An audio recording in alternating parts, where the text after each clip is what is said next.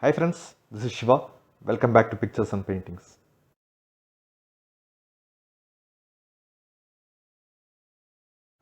Occasionally I like composing my own images.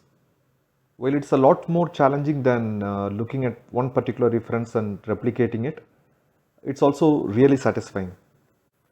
Sometime back, I watched a documentary filmed in Ranthambore Wildlife Sanctuary in India, and that turned out to be an inspiration for this particular painting. In the documentary, when I was watching a bunch of sambar deer running, hearing a false alarm, I was wondering how the life of a deer would be. Always living in the edge, cannot take a moment lightly. Every alarm could be a potential threat. So I wanted to show that in a painting. You could interpret this painting in multiple ways. So whatever story comes to your mind, drop that in the comments column below. I would be curious to see what you think.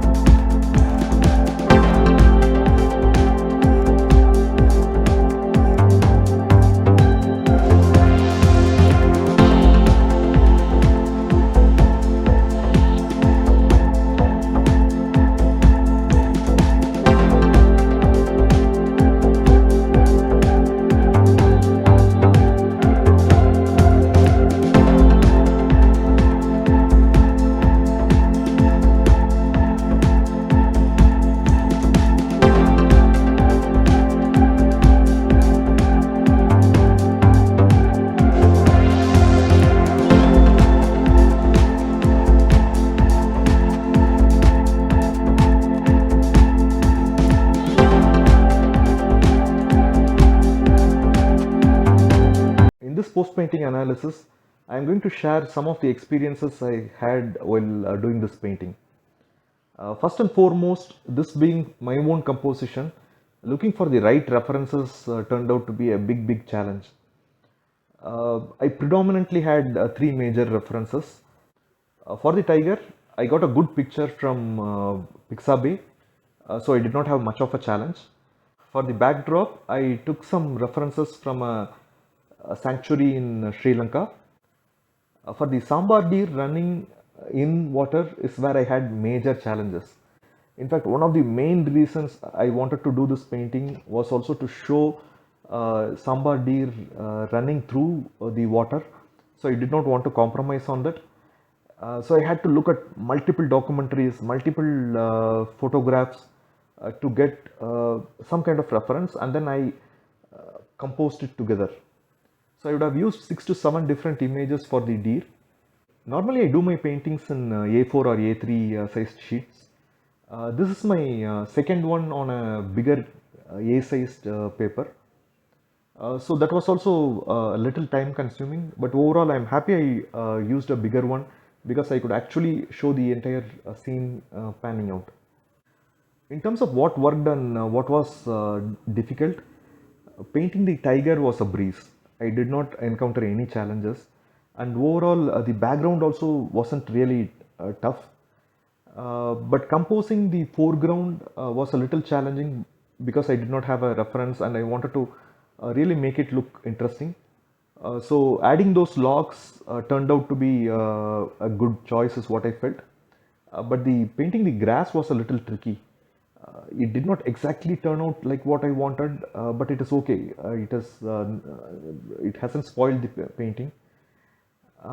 Treating the water drops around the deer was again a challenge because handling the white was a little tough for me.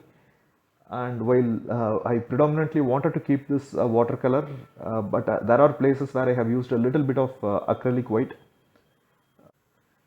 I was conscious about leaving enough white paper on the chart to ensure I am not spoiling the contrast. That is something which I am happy because the deer is actually standing out and the water around the deer is actually complementing. What do you think? As always, please feel free to share your thoughts in the column below.